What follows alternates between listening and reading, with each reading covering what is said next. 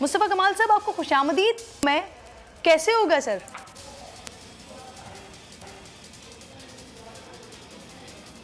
دیکھیے دو پہلو ہیں آپ کی ساری گفتگو کے. ایک تو اختیارات اور وسائل کی جہاں تک بات ہوتی ہے کہ اختیارات اور وسائل نہیں ہیں.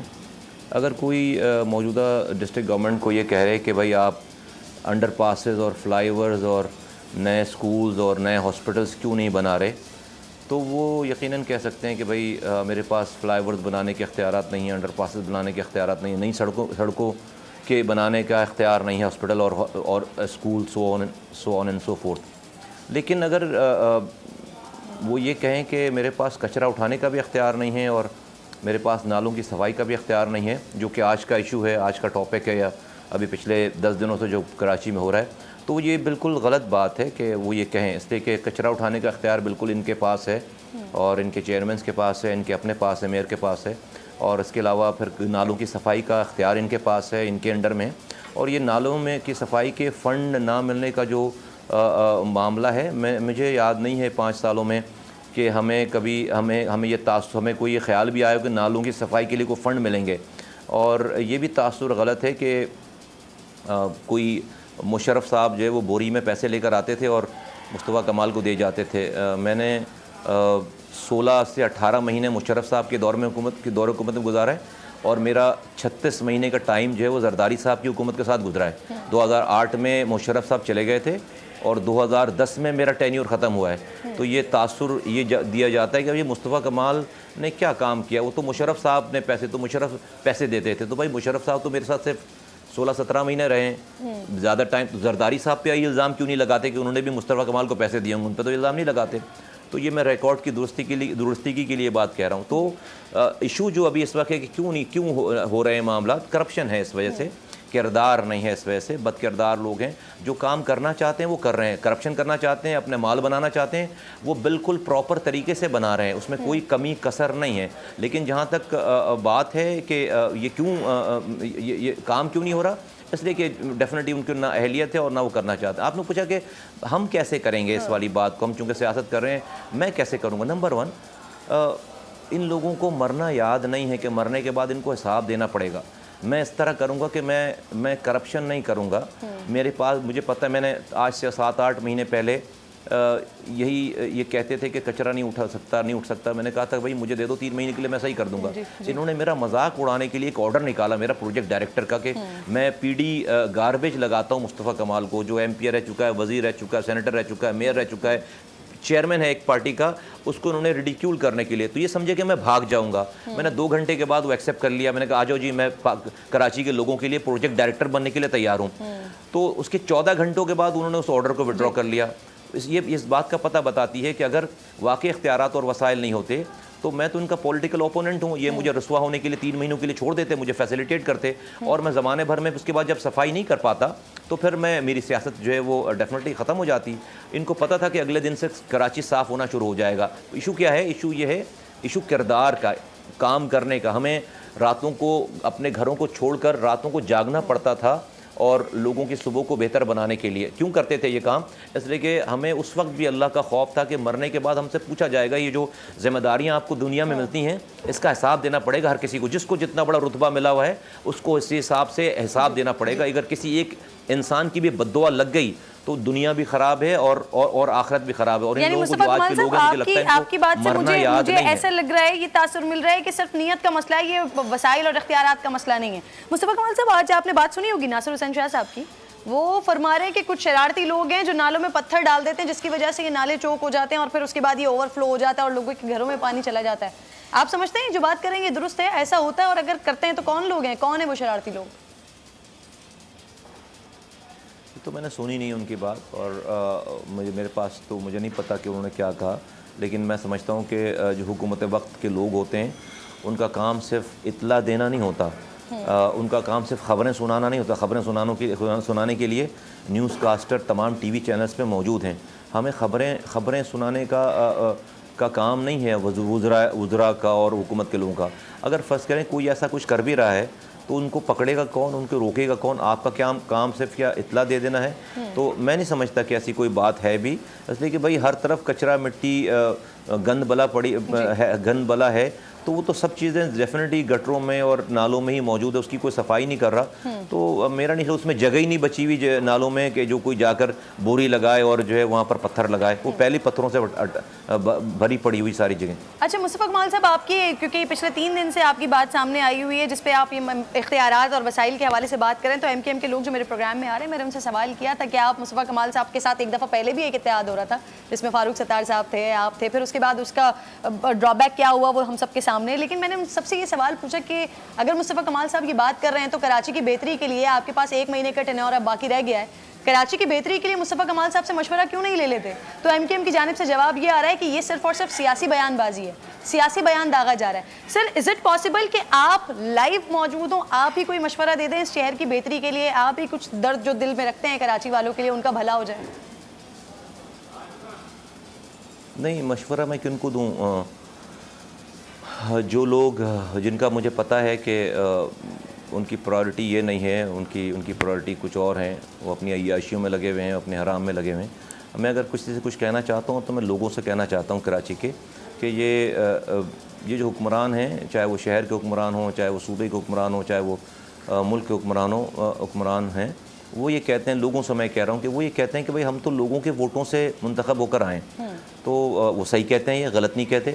اور میں لوگوں سے کہنا چاہتا ہوں کہ آپ نے اپنے اوپر ظلم کرنے والوں کو خود سے مسلط کیا ہوا اپنے ووٹوں سے, تو قصور ان حکمرانوں کا نہیں ہے, وہ تو ایسے ہی رہیں گے. قصور آپ کا ہے اور آپ اپنے بچوں کے قاتل ہیں, اور یہ حکمران اب ان کو بولنا بیکار سی بات. آپ نے اپنے قاتلوں کو, اپنی نسلوں کے تباہ کرنے والوں کو اپنے اوپر مسلط کیا ہوا ہے, تو ابھی کسی اور کو ٹھیک نہیں ہونا, آپ نے ٹھیک ہونا ہے. اور اگر آپ نہیں ٹھیک ہوں گے, لوگ ٹھیک نہیں ہوں گے, اپنے فیصلے ٹھیک نہیں کریں گے, تو کسی رونے گانے کی ضرورت ہے نہیں, کسی شور شرابے کی ضرورت نہیں ہے. آرام سے اس تباہی بربادی کو انجوائے کریں, اور بس دعا کرتے ہیں. ہم تو دعا کر سکتے ہیں, اس کے علاوہ تو کچھ اور نہیں کر سکتے. قطع کلامی کی میں معذرت چاہتی ہوں. جی, یہ جو دہشت گردی ہے, جی مجھے یہ بتائیے, میں آن اے سیریس نوٹ آپ کو کہہ رہی ہوں, ابھی بھی میں شہر میں جب باہر جاتی ہوں, لوگوں سے بات کرتی ہوں, تو لوگ آپ کے وقت کی, آپ کے دور کی تعریف کرتے ہیں, آپ کے کام کی تعریف کرتے ہیں. انفیکٹ ایم کیو ایم کے لوگ خود یہ بات کرتے ہیں کہ وہ دور بہترین تھا, وہاں پہ کراچی کے لیے کام ہوا. لیکن الیکشن کے نتائج, کیونکہ آپ نے خود کہا کہ آپ لوگوں سے بات کر رہے ہیں, لوگوں سے بات کرنا چاہتے ہیں, تو الیکشن میں لوگوں نے آپ کو وہ نتائج کیوں نہیں دیے؟ پرفارمنس آپ کی سامنے, ہر کوئی تعریف کرتا ہے, اور کیا ہم یہ ایکسپیکٹ کر سکتے ہیں کہ جو اس الیکشن میں آپ کو نتائج نہیں دیے گئے تھے, وہ آنے والے الیکشن میں آپ کو اس کا رزلٹ ملے گا یا تبدیل ہوتا ہوا نتیجہ دکھے گا؟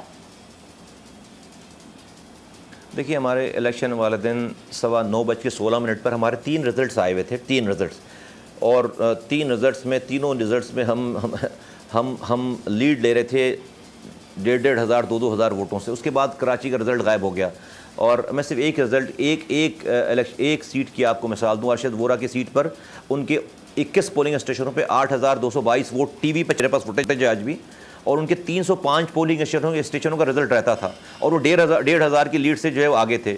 اس کے بعد جب 4 دنوں کے بعد ان کے 305 پولنگ اسٹیشنوں کا رزلٹ آیا, تو 21 پولنگ اسٹیشنوں پہ 8,222 ووٹ, اور 305 پولنگ اسٹیشنوں پہ 700 ووٹ. ٹھیک ہے, تو how would that be possible? Anyways, ہم اس سے وی ہیو مووڈ آن. میرا یہ ماننا ہے کہ کسی بھی صحیح کام اور صحیح رستے میں اللہ امتحان کے بغیر آپ کو کامیابی دیتا نہیں ہے.